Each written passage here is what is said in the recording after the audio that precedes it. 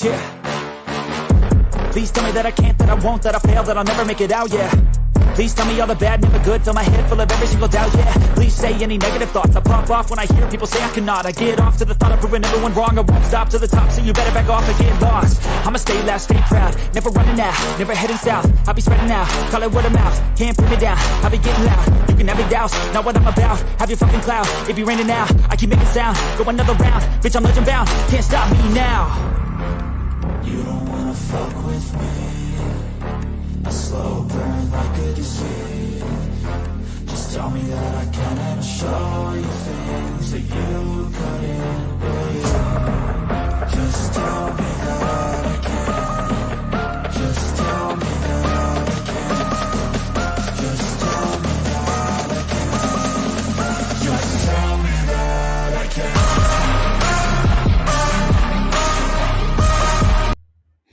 Welcome to Friday Night Lights on the Mafia Sports Report Network. I'm your host, Tommy. Normally it's Mikey, but tonight I'm going to be hosting, and my co-host tonight is Mr. Mikey. What's going on, brother? Happy Friday, bud. It's going to be a good show. Happy Friday to you. And you know, Mikey, unfortunately, all roads lead to the injury report for the Buffalo Bills. And speaking of that, we do have a special guest joining us tonight, Dr. Kyle Trimble from Banged Up Bills. What's going on, Kyle? I'm doing very well. Thanks for having me on tonight, guys. Nah, man, we appreciate you, man. First time on Mafia Sports Report Friday Night Lights, man.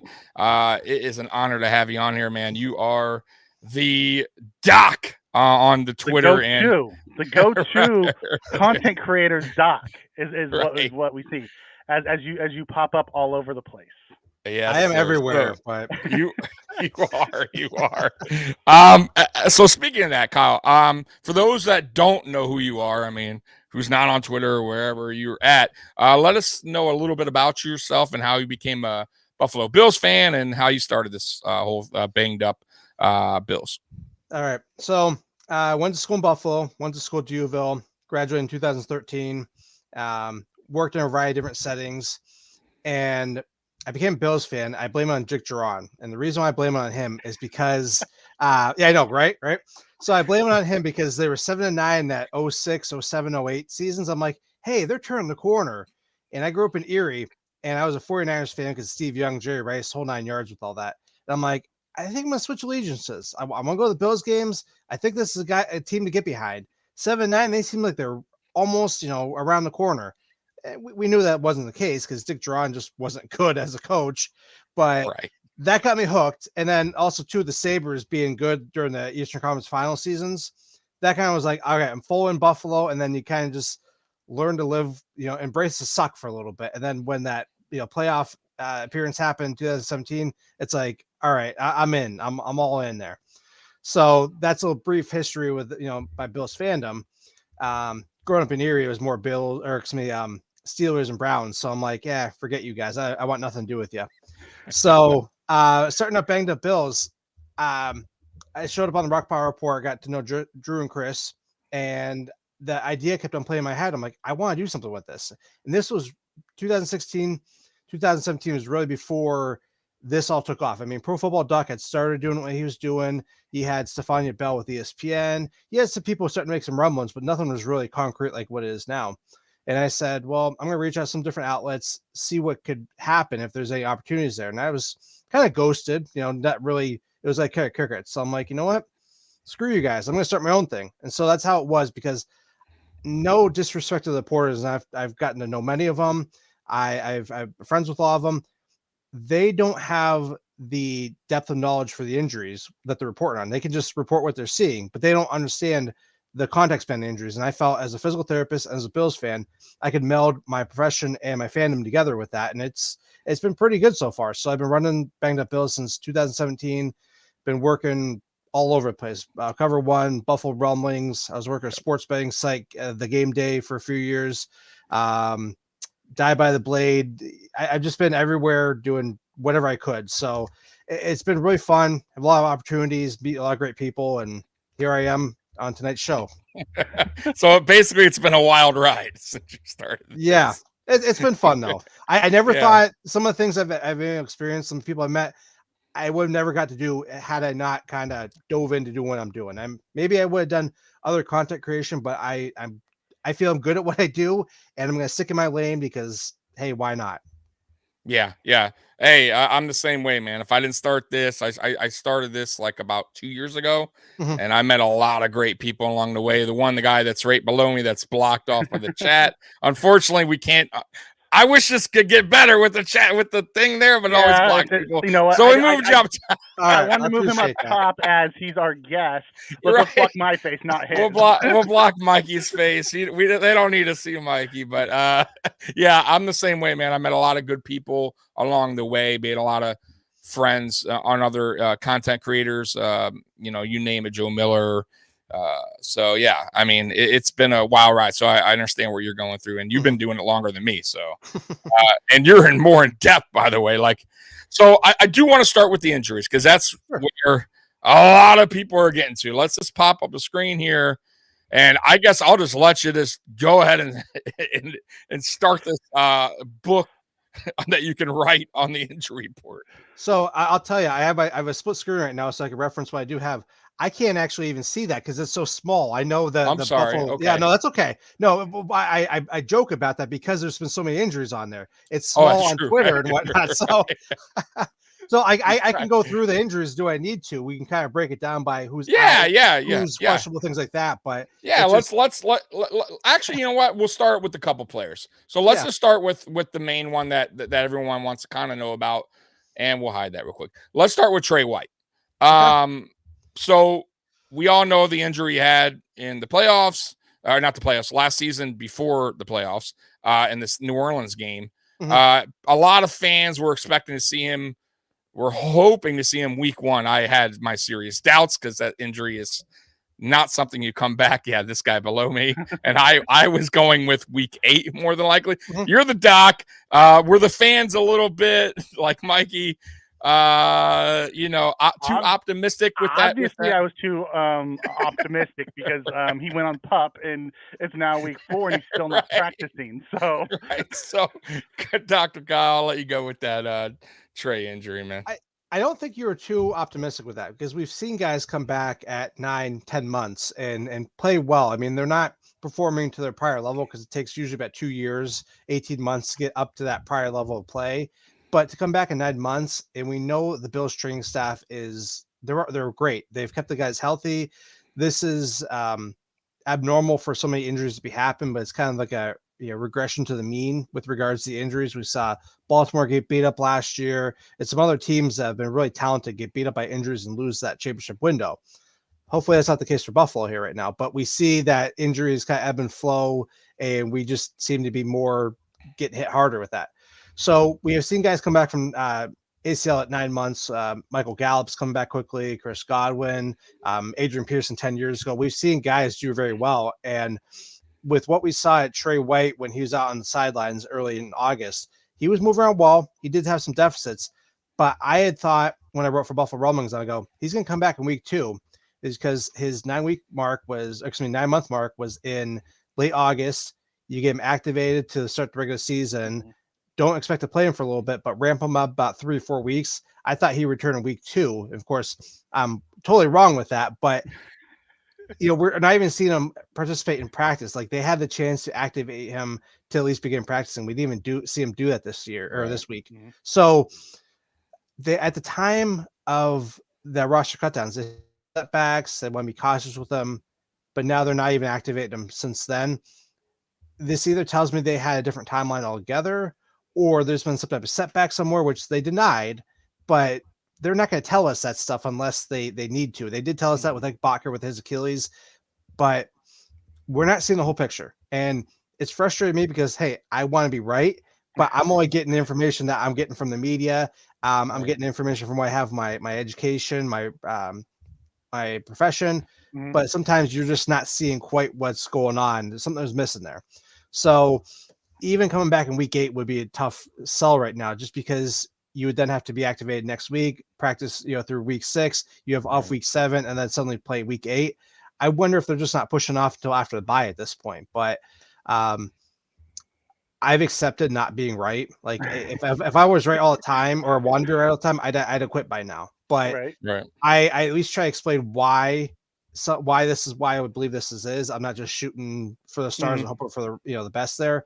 But I think once he does come back and he gets talking and Bean starts talking, I think he'll start telling us a little bit more because we know McDermott's not going to say nothing about it. Yeah. But Bean's probably going to say something, or it's going to be other factors that we just don't know about. And the secondary's been doing okay without him. So it's frustrating. Yeah, I think that might be part of the reason why we haven't seen him come back is because the secondary has done so well without him. So do you think there's a way that, because everyone expects to see him back after the bye week, knowing that he hasn't even started practicing, is there a chance we don't see him until later, like week 10, week 12? That's reasonable, just because they're not practicing during the bye week. They're all disappearing for a little bit. So why would you want to waste that 21-day window at that point? Like, at the time, I was like, okay, week 2, okay, well, he's not gonna be activated to be practicing, ramping up on the active roster. Okay, week 8 still could be possible because then you have that week 7, and then even prior to week 8, you have that time to ramp up, and then they're not even doing that. So it's like, okay, we keep pushing that timeline back, and then I think maybe he starts after the bye. We get the practice. Packers practice, and then you start ramping up that way, and then start coming back in week 11, week 12, something like that there, which will be almost a year out at that point. But hey, they know more than what we know right now, and we just have to kind of roll with what it is because they're in charge. Well, not only that, but when you're talking about one of your franchise cornerstones, and Trey White is, they always seem to play it safe in every aspect, including injuries. I mean, look at Ed Oliver, and I know we'll go into Ed Oliver. All signs pointed to him playing last week, and then they didn't play him.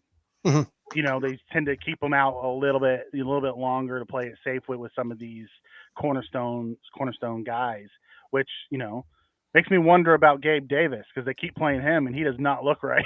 So that's actually a good leadway. That's what I was going to ask you. So on the ankle injuries, I broke my ankle, so I at least for me years ago when I got back on the court, which took me almost a year, just to physically be able to cut, and I still mentally wasn't right. Like it's still in your head, you don't. And also my ankle was a little weaker. It just tended to sprain more, and as went on. So with Gabe Davis, he's been back a couple weeks now. He hasn't looked the same. He just doesn't. Is this something you think that's more affecting him mentally, or both physically and mentally? The reason why maybe his struggles are happening. I think it's more physical. He suffered the injury late, in the week prior to week 2 against the Titans, and then he missed that week obviously because that's too tight of a timeline to suffer an injury and then get right for 2 days later. We do see it happen, but it depends on the severity of the injury and the location too. So, from the way that they described it initially after it happened, it sounded like a low ankle sprain. Your lateral, you roll your ankle playing basketball, what have you. That's what it sounded like, but he's had previous injuries to that the ankle too. He suffered a injury to the area in week 1 of last year against the Steelers, and then in the AFC divisional game against the Ravens, and then that led to him being limited in the AFC Championship game back in 2020. So he suffered several times. Yeah, he suffered an injury to the ankle several times before, and he's probably one of those guys that I'm going to tape it up. I'm going to go out there and play. I believe during the Miami game when he did come back, he was supposed to be limited and doing certain routes and just not getting the full complement of snaps. But then Jake Kumaro goes down, so you lose his depth. You got to be out there and play. So he's playing through his injury. We see him limited, but I have hope that he's going to try to turn the corner. I think he needs that bye week coming up here soon. And he did this last year. He was real limited through the first few weeks of the season, got the bye week, didn't have a great game against Jacksonville, though nobody did. And then he took off and did great, and then it carried into the playoffs. So I'd be patient with Davis, but it's just a physical thing. And, if he does sit, who else is there to play? We don't have a ton of other guys right now because of the injuries. Right. Ed Oliver, same kind of thing, dealing with an ankle. Was this a high or low? I thought it was a high, but Mikey said low. I thought it was a low. It was a high ankle sprain. It was a high, okay. Yeah. That one was tricky. At the time, I thought it was more of a medial ankle sprain because the mechanism was there for the high ankle sprain when he's trying to tackle Cooper Kupp in week 1. But you didn't see it as severe. Like, I mean, sometimes you see those high ankle sprains. Like if you go back and look at the Jake Kumaro high ankle sprain, or you Google high ankle sprain in NFL, you'll see some really gnarly ones. His seemed more subtle, and I was like, well, maybe he avoided it. There wasn't as much rotation of the tibia in terms of relation to the foot there. So like what happens with high ankle sprain, the foot gets jammed up into dorsiflexion, and then the foot gets turned outward, and that puts a lot of stress on the syndesmoses between that connects the tibia and fibula together, basically your shin bone and your ankle. So when that happens, it forces it apart, and then you get instability in there. So when you take a step every time, basically the top of your foot, the talus bone, kind of jams like a wedge in between the tibia and fibula, and then that's where you get the instability, pain, difficulty moving around there. So if you recall John Brown in 2020 against the Cardinals, he suffered a high ankle sprain on it was a similar mechanism of injury where it's subtle. It seemed like it was more medial ankle, but he also had a high ankle. He's out for a little while. I think that once we knew that it was a high ankle, Thad Brown of Rochester 8 had reported as a high ankle because he asked Ed Oliver. Then that kind of clarified our timeline, because I was getting confused. I'm like, this is a medial ankle sprain. He should be able to play maybe after a week off, 2 weeks off, but then they keep on just going. So I saw him dancing at practice. He should play. If he doesn't, I don't know what's going on. He's moving around great at practice, and I would think you need some live reps to have him go being prior ready to Kansas City next week. Yeah. Also, real quick on Micah Hyde. I know we all know he's on the IR. It was a weird game, both neck injuries with Dane Jackson and Micah Hyde, though Dane's look worse, but I know that, when Micah, he kind of had that Aaron Williams. If you remember, Aaron Williams did that tackle. I forget who it was on the Julian Patriots. Edelman. Yes, it kind of was his neck, his head kind of pushed inwards. Is that something that the Bills should be concerned about, or is it, you think something Micah will bounce back from that kind of type of injury? Because Aaron Williams wasn't the same. Yeah, in regards to Micah, I know Dane seems okay, but Micah. There is that concern. I had speculated on Buffalo Rumblings, I did an article for them about Micah Hyde's injury. I had speculated this is a lower cervical injury. So when we see anything about C4 and above, that's when you start looking. It's like, hey, this might be career ending. We saw that Eric Wood, his situation was different in each neck injury we have with Buffalo sports. Your Eric Wood, your Aaron Williams, Jack Eichel, they've been all different injuries, so that they've taken different approaches with that. But if it's getting up that high up, you can fuse it, but then you run the risk of having a lot of bigger problems in terms of, you could get paralyzed at any level, but then you get above C4, and then you start dealing with your breathing, your heart rate, your body regulations, and that's just a big no-no. I'm going to say, hey, I'm going to pay millions of dollars to do this sport, but I might not be able to breathe on my own. I might reconsider things. So they said he had surgery last Tuesday or Monday, early last week on the broadcast when they're playing the Ravens, and he likely got an anterior cervical discectomy with fusion. So basically what happens is they take out the herniated disc that was pushed on that nerve, and they put a spacer in there, usually from another piece of bone. They take it from the hip or other areas, and they put it in there, and then put a metal plate with some screws in there and fuse it together. So you lose motion at that segment, but then you create stability and allow those nerves to still function, plug in the muscles, and do sensation, movement, all the stuff you have to do. So you can play with it with single level fusion in the NFL. We've seen that plenty of times. Two guys come to mind, including Peyton Manning, DK Metcalf. Plenty of other guys have done this. It's just when you start getting to multiple fusions where you lose more mobility in the neck, that's where it starts to be a problem. But if they say that Micah is not coming back, then that might be something that they're not telling us right now. But there's no reason, based off the information we know right now, that why you couldn't come back in 2023.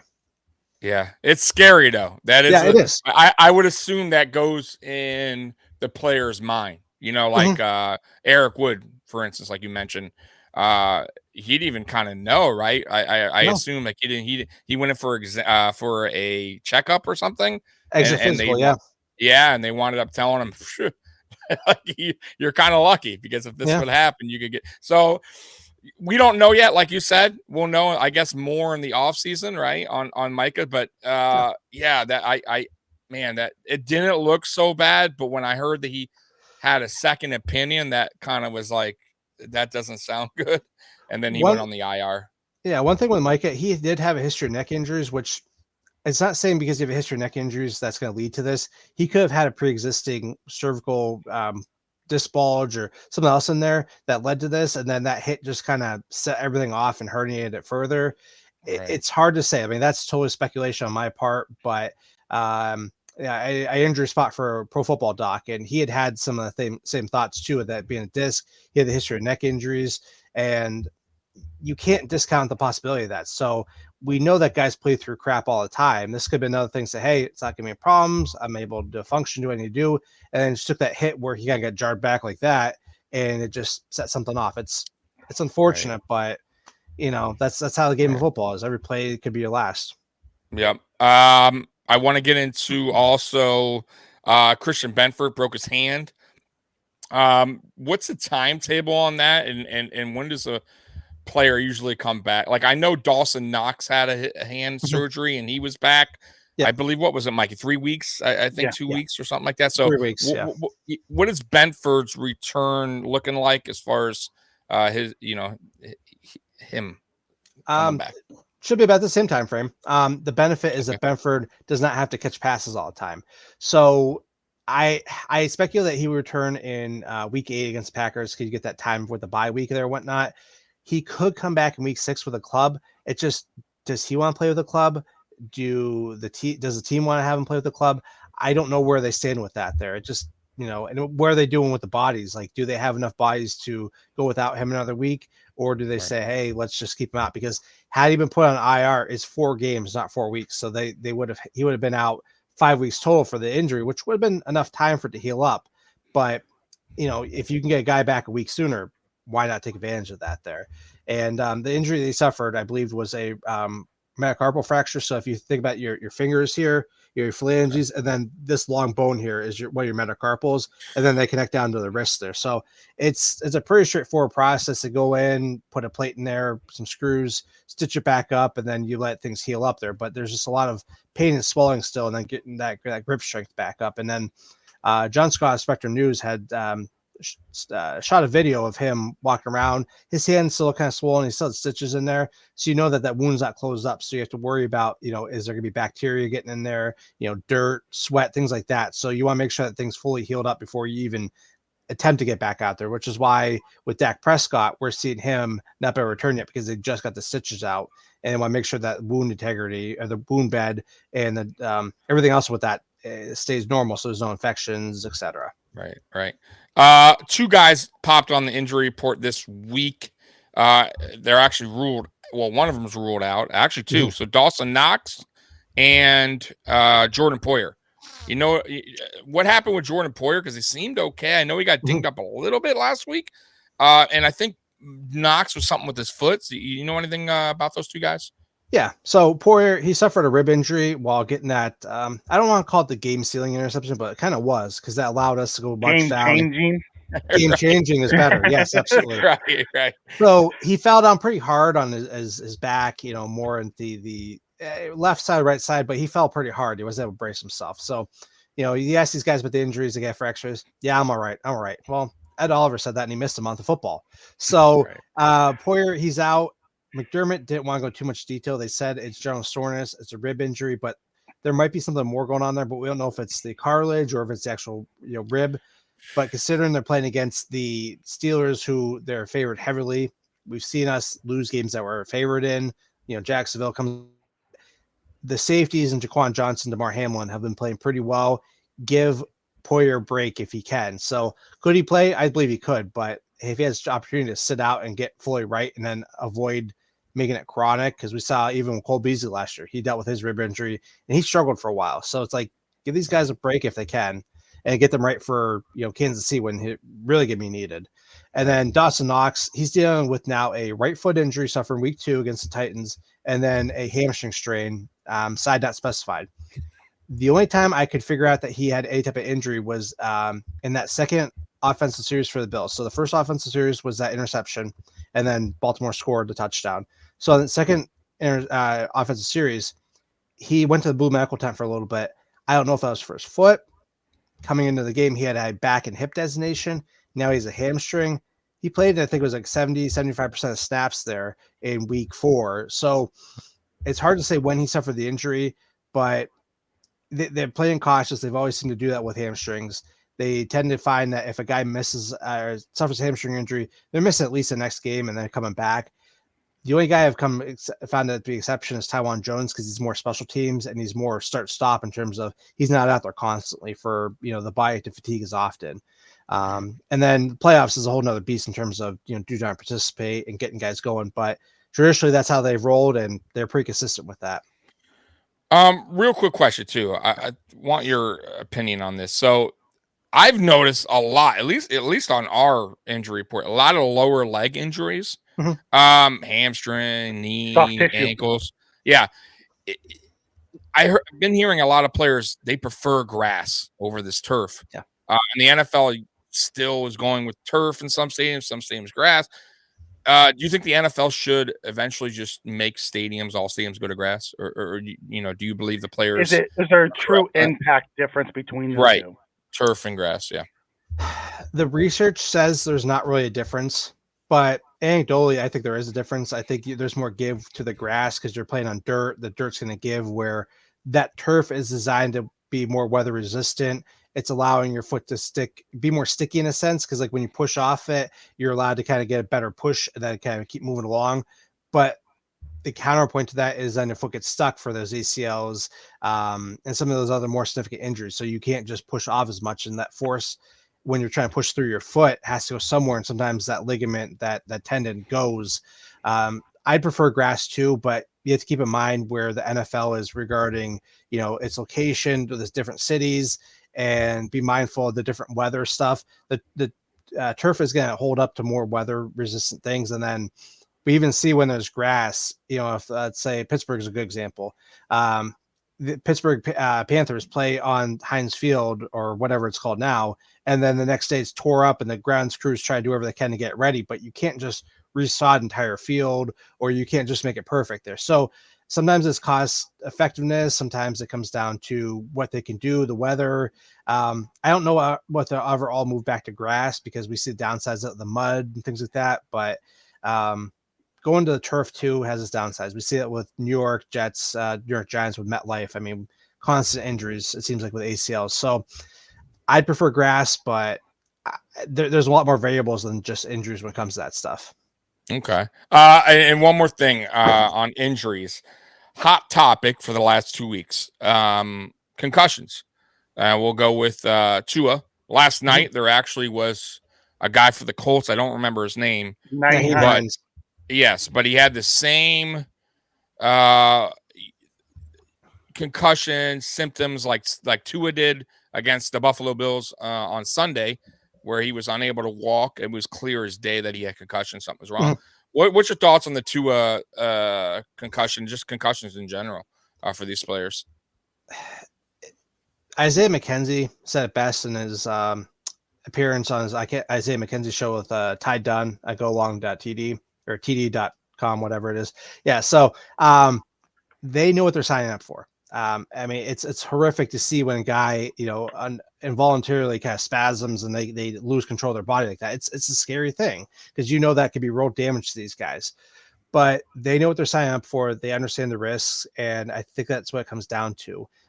They have been trying to make the game safer. They've been trying to do different helmets, get rid of ones that they know that don't protect as much there. They've been using the Guardian caps. They noticed a decline in concussions in the preseason.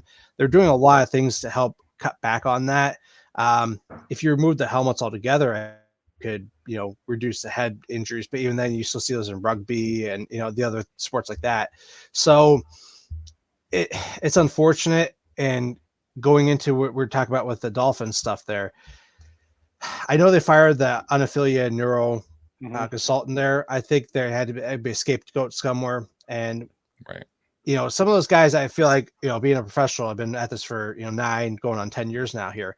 Sometimes you can use clinical judgment, and I don't want to say you skip steps, but sometimes enough to, it's not, okay, it takes me this long to do it. I can do this job efficiently because I know what I'm doing there. It's kind of like, you pay that plumber and he fixes it in 5 minutes. Well, you're not paying for the amount of time he's in there. You're paying for the expertise there. So when it comes to the neurologist there, did he skip the steps? It probably did. And, that was ruled or means to move on from him and whatnot. But he might have said, "Hey, I've been doing this long enough. I know what I'm looking at." But they have those protocols in place so that there's at least consistency between if this injury happens in Miami, there's to be the same management that happens whether it's in Seattle or Arizona or San Francisco or whatever. So I see why they did that, but we'll see what happens with Tua with regards to when he comes back. I don't have a firm timeline with that, but it's scary when you see a guy who looks obviously concussed. They say he's okay because it was the instability is based on an orthopedic injury being in his back, and then he gets rocked 4 days later, and the concerns they have with that. It's a scary thing, but we're never going to get rid of injuries in football. I mean, I say it selfishly, if they did, that wouldn't be good for me, but at the same time too, if there was no injuries, that'd be good for everybody. So it's just, we're going to get more information. I don't know if we're going to get the full story of what happened because NFL hasn't been the most transparent about it, but it's just sad to see guys that, young, top of their athletic abilities, and they could be ending their careers early because of poor mismanagement from somebody else or that want to get back out there and compete, even though it might not be safe. Now I know the NFL has what they call watchers. Yep. So they can actually pull a player out even if it's been missed. Happened last night.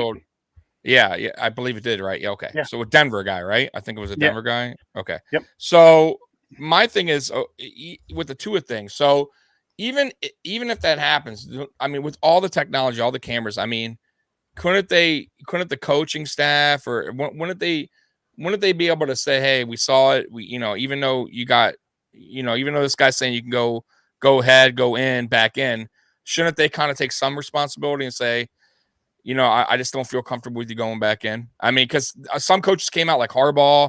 I think Belichick said, I wanted to let my guy go back in. So do you kind of put that on the coaches as well, even though the doctor said he's good to go back? I mean, is there? You would think so, because I know Mike McDaniel down with Miami situation, he was kind of figurehead for that stuff. And, they always say, we're not going to put anybody back in, but the head coach is never in that situation. They're out coaching. Most of these guys are getting checked out on the sideline by medical staff. They're getting checked out back in the locker room if it gets to that point there. I'm sure at some point they say, hey, he's cleared the protocol. Are you safe to return him? But I think it's a complex question because I can't say for certain that coach is saying, oh yeah, I wouldn't let that guy go back in if I knew what was going on. But do they know what's going on? Because I feel like that's made, decisions are made by somebody else. And then it's okay, he's cleared to go back in. Okay, let's go there. So that might be something where I don't have all the information on that, but it's a good point there. At what point does it become the coach's responsibility to say, hey, you got rocked. I know you passed the test, but I still don't like I don't do that, or I don't like having you get back out there. In fact, we did see it with Mitch Morse last year, 2 years ago. He suffered a concussion, and they actually kept him out an additional week, even though he had passed concussion protocol. Yep. So I think sometimes they do have the ability to talk about that, but in game, in the heat of the moment, do you make that decision? But it might come down to a case-by-case basis for them. And now they're not even going to allow it because the NFLPA and the NFL are now, if you show that gross motor inability, you're ruled out. So like Nyheim Hines last night, the second that happened, he was done. He was disqualified. Whether he was fine an hour later or 20 minutes later, he was done for the day, which I think is the best way. Take that decision out of the coach's hands, out of the player's hands, out of the doctor's hands. If they show it, they're disqualified. I remember another week. They used to take their helmets from them. They still do. Yeah. Initially. They still do. Oh, they just, okay. I heard they did. The string of injuries for the Buffalo Bills, the worst I've seen, by the way. Kyle, is this just a bad luck, or is this like what's happening? Because this is crazy. I mean, I've been watching since '89. I really honestly don't recall the last time we've had a sheet this long, and it seems like it's not stopping. We just signed Xavier Rhodes, and hamstring. I mean, 2 days later. So my question is it just bad luck? We just and I actually have a question that kind of runs with that, Tommy. Yeah. Knowing that we have less and less of these guys playing in the preseason, and we're seeing so many soft tissue injuries at the beginning of the year, is there a correlation between the two? that kind of goes into it, that because they're not getting like practice, and you hear all of them say it, practice is only so much. You can only get so much real live game, stop start. So is it more of maybe they need more preseason stuff? Because we see a lot more soft tissue injuries at the beginning of the year. Mm-hmm. It's a good question. We want to harden the body up. We're gonna see it with Trey White. They were saying even when he was trying to come back, they need to get those live reps, get the hits, and get back in the swing of things there. But you also don't want to lose guys to a meaningless game either. We saw it with Zach Wilson. He managed to avoid a serious knee injuries, a season-ending injury because of just how it happened. Everybody would say ACL and being a bone bruise and meniscus tear. So you got to try to find the balance between, you want to get those guys out there, but you also don't want to lose them for a season. So it's like they get the bodies hardened up, but why risk them to unnecessary injuries? And once again, Tyler Dunn, I like listening to his stuff. He does great work, and he's convinced that they need to harden their bodies up. He says Mike Tomlin and the Steelers does that a lot. He'll get those guys hitting in practice within the NFLPA guidelines, of course, but he knows that you got to harden those bodies up and get them ready. You can't just say we're gonna keep it, flag football, and all of a sudden go kill each other out there. Your body just needs to adjust to that there. So we do see soft tissue injuries happen because they acclimate. And of course, if you think about it too, we see them more pop up in the preseason because all rosters at 90-man rosters versus you get down to 53. So there's just more volume for those injuries to happen. And then it starts kind of coming down. And then you factor in the heat in some places. You factor in just the lack of playing time in the preseason for those guys that, hey, I know what I'm doing. I just need to get out there and play when it really counts. And sometimes their bodies so acclimate. I mean, it's like a finely tuned race car. You can have everything, perfect on it. And sometimes you push a little too much and it still can go wrong. It's just like, there's less room for error when it comes to injuries because these guys are playing at such a high level already. It doesn't take much to cause an injury in terms of soft tissue there. So you don't want to say they're fragile, but sometimes you're already performing at such a high level. Eventually the body fails at some point because something has to give eventually. Okay. The hamstring issues that we're suffering, another low body injury. Edmonds just popped up on the report. Jordan Phillips, we all know what he did by running, which made no sense. I don't know what he was doing there. Totally. How does that work with hamstrings? Like, what is the general? Is it just every player is different on their return? As far as hamstrings go. I would say generally yes. It depends on severity. We don't see too many grade 3 because that would be like more of a almost complete tearing or a significant injury where you look at maybe surgery. We don't see that too often in the NFL. I mean, I'm not saying it doesn't happen. I want to say Austin Eckler, the Chargers last year, I think had something more severe. He was out a while. Sometimes you do hear about that distal hamstring rupture. I've seen it more in baseball when I was covering some of that stuff for my betting site, but it's weird how that goes there. But you see more of the grade 1, grade 2, and the most recent grade 2 I could think that the Bills had was Tyrell Dodson. I think he had missed 6 weeks back in 2020. So he was out for a while. I think he injured against the Chiefs. Then he was out for extended time with IR in between there. But we see more of the grade 1, and it's just because you're asking the body to push the when you're running forward, that hamstring is contracting so much, and it's over 2 joints. So it's at the hip joint and at the knee joint. So it's having to kick the leg back. It's having to bend the knee to clear the leg. Then you're bringing it forward, the hip flexor. There's a lot of stuff going on. So sometimes you just try to go, top end speed, and it just kind of gives out like we saw with Jordan Phillips there. So blow a tire, right? Yeah, that's what it looked like. It looked like a blown tire, and he just went down. Yeah, he was down like he got shot in the leg. Yeah. So sometimes you need to give the guys a week. Sometimes you see guys rushing back out there. Other teams, everybody's a little bit different how they handle it.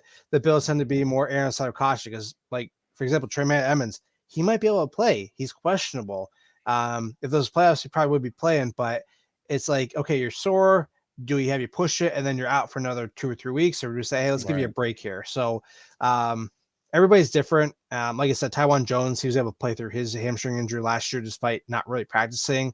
And I think how you know your body too. They don't want to get the young guys out there pushing it when they shouldn't be. But the older guys know, hey, I don't have a lot of time left in the league. Maybe you let them go out knowing what they can and can't do.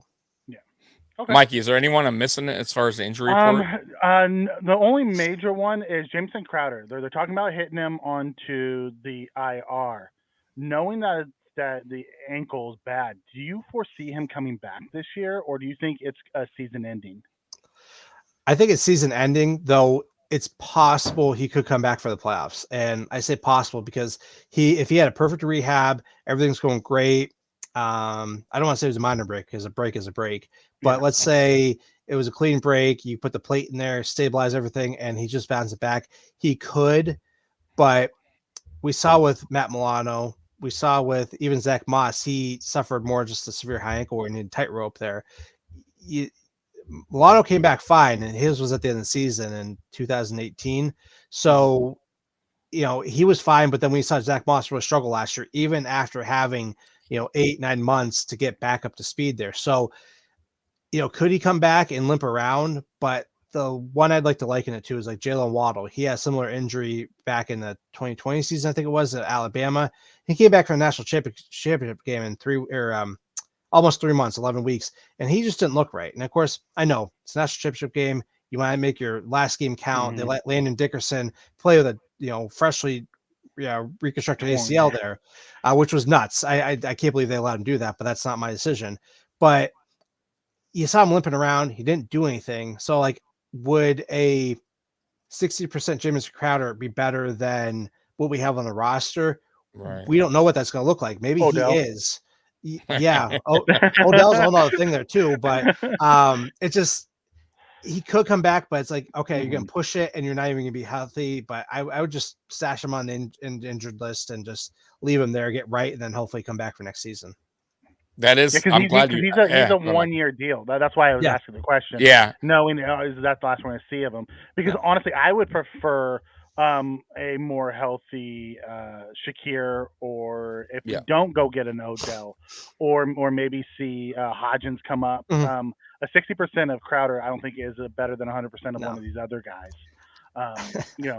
So okay, that's good to know. I was wondering. I'm like, I wonder if it's like a 6-week, 8-week thing, or if it was going to truly be a whole year. It depends on where the break is at there. If it was up higher, I could see it maybe come back a little bit sooner. We did see Cole Beasley play through that proximal fibular fracture, where it's up towards knee, which is why they classify as a knee.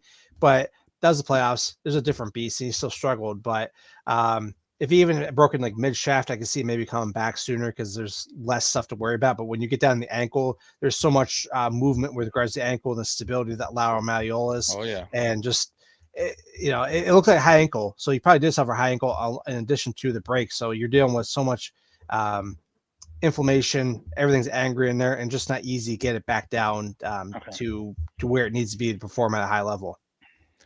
Speaking of Odell, since he brought him up, I really honestly wouldn't mind.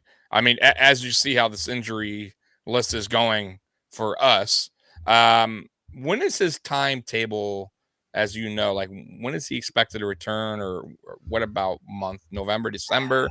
That seems to be what it could be. Yeah. Okay. So he could come back. I've read that second ACL tears are easier to come back because I don't have a great answer for this, but knowing the anatomy and everything else with that there. So what happens in ACL, it has receptors in there, allow your knee kind of understand appropriate reception of space there, like we're cutting, juking, jumping, all the stuff we need to. So when you tear your ACL, a lot of times they have to shave it out and then put a cadaver. There's different types you can do, hamstring, patellar. You can actually use the cadaver itself there too, but you put the graft in there and then you lose that proprioception, that neurological function, which is why we see guys, they come back and play, but they don't look right for another year. We saw Harrison Phillips, we saw Trent Murphy. That could be why they're holding off on Trey White, because he's not quite up to speed with that stuff. But it takes time for those connections to reestablish and just have trust in that knee again there. So with him tearing it and then coming back, you've already done a lot of the work for regards to the rehab, the strengthening. That's my theory on that. There might be other reasons, and if somebody else had another reason, go for it. But he still is going to be not 100% when he comes back. But maybe a 80% Odell Beckham's far better than anything we got on the roster, and it's far better than 60% Jameson Crowder. So I'm not nuts about it. But hey, if you get a rental for 6 games, he helps win Super Bowl. Exactly. I'm in for it.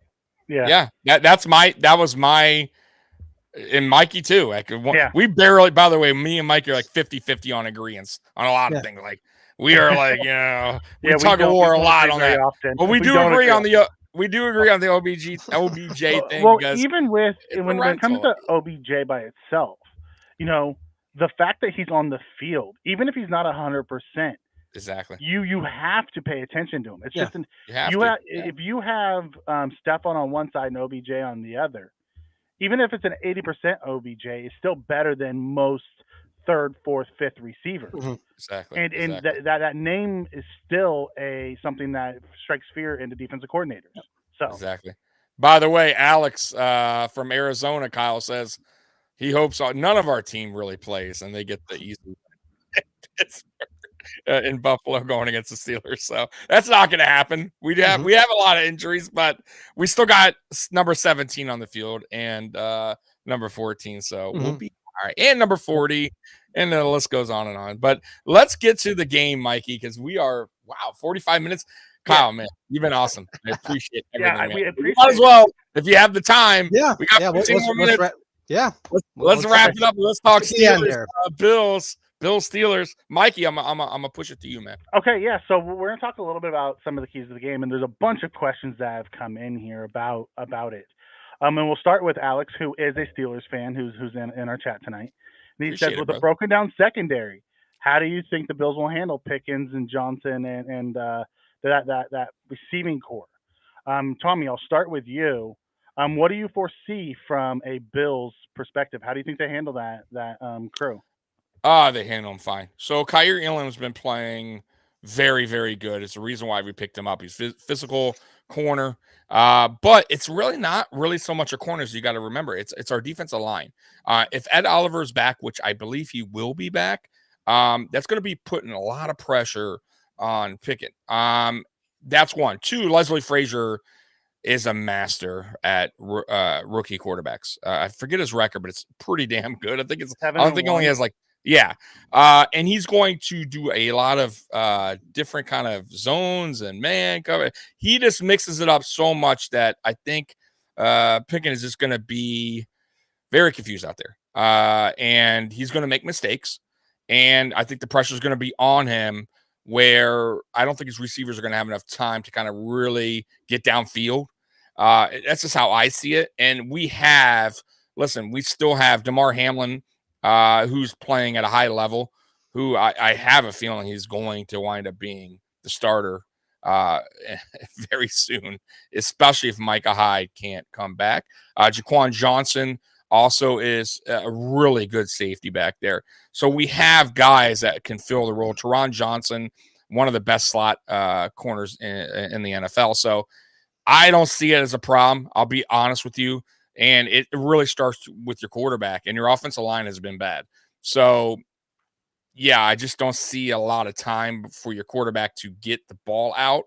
And going against a veteran mastermind and Leslie Frazier as a defensive coordinator and Sean McDermott, who is a defensive coach, it's going to be a long day for your quarterback. And that's the reason why I think our corners will do just fine. And they've been doing fine. If you go back since week one, even with missing Trey White and all that, they've held their own. Christian Benford, Kaiir Elam, Dane Jackson. I forgot to mention Dane Jackson, who's been playing at a high level as well.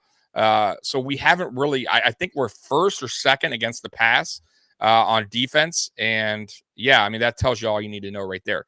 So, okay, go ahead, Mikey. So, Dr. Trimble, I know this doesn't really fall into your expertise, but I would love to hear your thoughts from a fan's perspective. When you look at these receivers that we're going up against and how banged up our secondary is, how do you think this is going to play out this week? I think they're going to do just fine. I mean, we held Tyreek Hill and Jalen Waddle in check. And then even last week, though, Ravens don't have a great passing game because Greg Roman hates passing the ball. But they did all right, too. And granted, we had Jordan Poyer back then. But I think they're going to do just fine. They've been preparing for this. They've been in the system a long time. And every team is going to have that number one receiver that could be great anywhere else. So it's not like you're running a bunch of practice squad guys out there. So like you always have to prepare for Pickens. We know Johnson's a little bit dinged up. And then it just, you're never going to go against, scrubs out there. So, okay, are you going to get that the elite of the elite, your Jerry Rice, elite, or you can get the guy who's Tanner Gentry, for example, who can, make a practice squad, and that's about it there. So we're getting a lot of guys in between there, but sometimes you get those elite guys and you have to just game plan for it. Can you, if you eliminate the one guy, can you, account for everybody else and get through the game, which we saw with Miami. Yeah, really. They only had that one big play. We held Tyreek. We limited him. He had 2 catches, 33 yards, and then Waddle had the one big 50-yard catch, which put him over the 100. Outside of that, I mean, we pretty much shut them down. I'll be interested to see the difference between the O line and our D line. So Pittsburgh's offensive line, which is probably in the middle of the pack. And I think Alex. Yeah, I think he's right with that. That's fair to say. In the middle of the pack. That's fair to say. I think a lot of the issues that the Steelers have isn't even so much player centric. I think it's around the offensive coordinator and the system that they're running. Like I really don't think Trubisky is as bad as he looked. I think that system is a broken system because Big Ben looked horrible under Matt Canada's system too, and he's borderline Hall of Famer. Yeah, so, I agree. I agree with that. I'll be interested to see how that because the Bills' defensive line has been wreaking havoc on everybody. It doesn't matter who it is that's out there. So it'll be interested to see because that helps our young, ravaged secondary be better. So that was one of the questions that came in. I wanted to make sure I touched on it, and I appreciate Alex, who is a Steelers fan, to be in the show tonight and ask the questions. As we'll give you updates. So let's go through the keys to the game. Key one, get to Kenny Pickett, right? Yep. So at the end of the day, Tommy, you touched on Frazier's record and McDermott's record against rookie quarterbacks. Play those games. Those disguised coverages as they go back and do. Get to him, rattle him. I'll tell you one thing that you have to learn about Pickett, though, and I watched him in college and then last week, he'll take those big hits from those defensive linemen and he'll laugh at them. So I don't think hitting him is going to rattle him at all. I think it's going to be one of those things you're going to have to confuse him. Like when most of the young quarterbacks, when you hit them, they get a little tentative and they stop looking downfield and they start looking at the rush, which is part of the reason why you have those tendencies. With Pickett, he's not that guy. He's just fearless. He has a little bit of a Brett Favre persona to him, where he just chucks it and he doesn't care. Like after he throws it, he throws the pick. Oh well, he went for gusto. So he gives his players, he gives his receivers a chance. Yeah. A little wild or reckless with that though. You gotta kind of. But you're going from Mitch Trubisky, who is ultra conservative, to a guy who's ultra, aggressive. But I get it. But that also could spell a really bad game really quick. And I hope that does. Yeah. The thing is with Pittsburgh in this game, they're gonna want an ugly game, right? They're gonna want an ugly game where it's like the Baltimore game last week, right? An ugly game where they have an opportunity somewhere in that game to get off a field goal win, right? But you're talking about a guy who's taking chances, taking gambles, throwing the ball. Mm-hmm. We have ball hawks.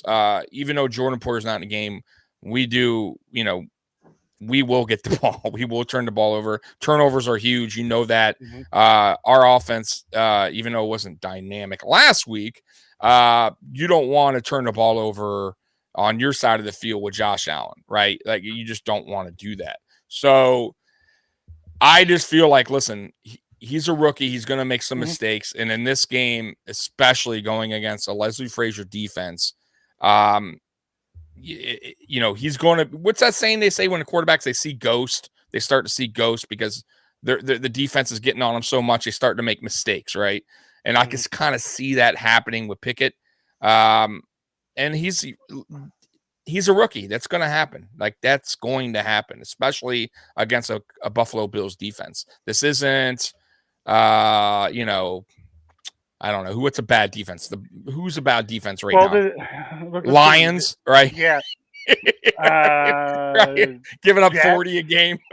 Jets. Yeah, right. So, you can afford to make those. Exactly. They played the Jets so you can afford to toss it up, go play a little bit of backyard football type of play, but not against an experienced defense like the Buffalo Bills. They'll make you pay. And the game could get ugly if they do that. So I think Pittsburgh is going to run heavy. I have a feeling they're going to use Najee Harris a lot in this game. You're going to see a lot of screens because one thing Buffalo still, I cringe when teams do screen passes against the Buffalo Bills because normally they get the field. Yes. And that's normally, I don't know why, but that's our screen passes. And that's one guy you don't want open, getting in an open field is Najee Harris. So I have a feeling that's what they're going to go to. The problem is if we get up early, they're going to have to start passing, and that's where it could get ugly for them.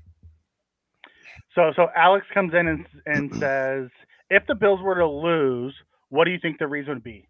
I'm interested to hear your thoughts, Dr. Trimble. Either injuries or game planning. That'd be the only thing. I mean, injuries can change a game instantly. But we know Tomlin, he has a great track record. They always talk about how McDermott and Tomlin are teammates. So we saw even last year, game planning and execution came down to why we lost in week 1. So it's gonna be those two things. Hopefully no injuries happen because I'm getting my tape into the bone, here with all the injuries. So hopefully that's not going to happen anymore, but it might come down to game planning. And if it comes in the game planning, that's the chess match of the NFL. And I think if the Bills truly do lose, the reason's going to be Cam Hayward. That guy is a monster, and he wrecked the game last week in week 1. And if you can get Josh moving from the pressure up front, their concern is last year he wrecked the front, and then TJ Watt got him from the side. They don't have a TJ Watt. And although I do like their other edge rusher, I don't think it's the same. So I think Cam Hayward will have to be a man on a mission and cause wreak havoc. I think that's about the only chance they have. Otherwise, I think this offense is going to get rolling, and it's going to be big trouble. So key to game number 2: get the run game going. For God's sakes, don't let Josh Allen be our leading rusher again. I don't know, man. Somebody get the running game going. I don't know, bro. I say that every week since 2019. Highsmith. Thank you, Alex. Highsmith. Get the running game going. Week 2 in 2019. Get the running game going. And then we're on repeat, man. Yeah. And then the third key, red zone. It's going to come down to scoring touchdowns and not field goals. Listen, Mike Tomlin is one of the best coaches in the NFL. There's a reason why he's never had a losing record, even with subpar teams.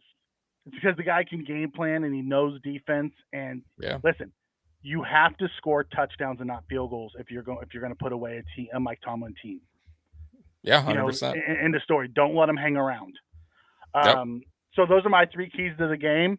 Dr. Trimble, how do you feel about those as the 3 keys? Do you think there's more to that we should be keeping an eye on?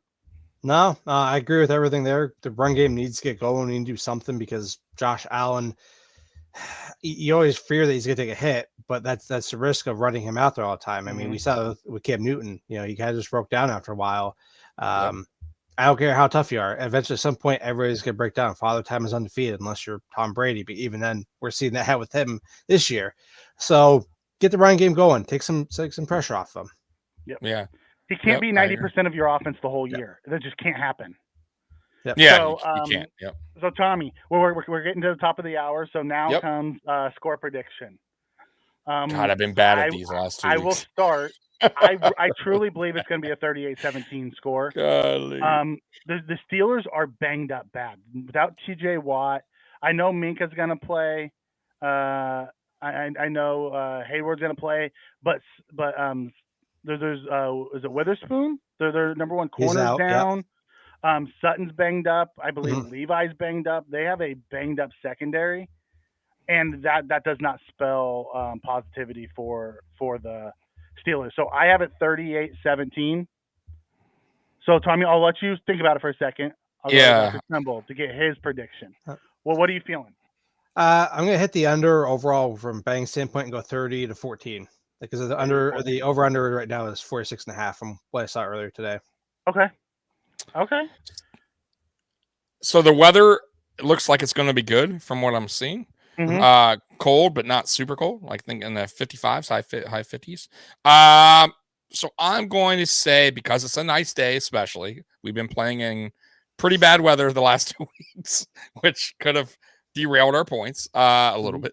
So I'm going to say 38-13. 38-13. Pittsburgh's having very tough time scoring points. I just can't. I don't see them going past 14 points. So I'm gonna stick them at 13. That's where they've been at. I don't know what they're averaging this year, but I know it's not not much. And we get it. And we do have a Steelers fan in here. We understand. Yeah. Pickett's first start. And I appreciate you coming in, brother. Yeah. And however, I truly need to see it from him. Like, the Jets defense is not the Bills defense. Right. On all rookies, though. And you got to, I always say 3-year rule, man. So don't go, listen, if he plays bad this season or you got to give the quarterback a chance. At least 3 years. They're throwing him into the gauntlet. Like the next 3 opponents are all considered Super Bowl contenders. Yeah, so I want to take too much from it. Yeah. Like, listen, he's gonna have ups and downs. He's gonna be a rookie. Listen, Josh Allen did not look pretty his rookie year. You saw what you're looking for is those flashes of the wow moments. The wow moments. If you see that, there's a good chance that he's going to have some kind of success moving forward. Most rookies don't step in. Listen, Mac Jones stepped into a perfect situation. That's why he made the playoffs his rookie year. Yep. It wasn't because of Mac Jones. It was because of that defense and that run game. They went to the playoffs despite Mac Jones and their coach, of course. Yeah. Kind of like your coach. They're on the same. They're right there, man. And you should. Tomlin is a phenomenal coach. Mm-hmm. Listen, whenever you take a first-round quarterback, it's you have to have that hope. Listen, put your faith in Tomlin. The dude is extremely good. Yep. He's an extremely good head coach. He's probably top 5 in the league today. Would be my guess. Easily. So easily. Have trust in Tomlin and what he's got going. That program over there is elite, and they have been for a long, long time. Yep. So all right. With that, Tommy, I'll pass it back over to you. All right. Well, so one more time, Kyle, where can Bills Mafia and other people find you at, man? Everywhere. No, but seriously, you can find me on Twitter, Facebook, Reddit, Instagram at Banged Up Bills. You can find my work at bangedupbills.com. I do work for Cover One with injury videos every week covering the AFC East and the Bills. I do some work for Buffalo Rumblings as bigger injuries come up. I do special projects in the off season. So if you're looking for injuries, find my site and you're going to find a ton of information that I think will help you better understand what's going on. All right, you'll find them over at Locked On Bills with our man Joe Marino. See, I forget where I'm at because I'm everywhere. Listen, don't upset Joe. He has his own segment. Listen, I listen to Joe religiously. The guy just knows his stuff. And actually, that's one of there. And Buffalo Rumblings is where I really saw you. Mm-hmm. I did see you a little bit on Cover One because I love those guys as well. Yep. But so make sure you catch him at all the different places because every different show asks some different questions. Yep. So you get a different view of these injuries. Yep.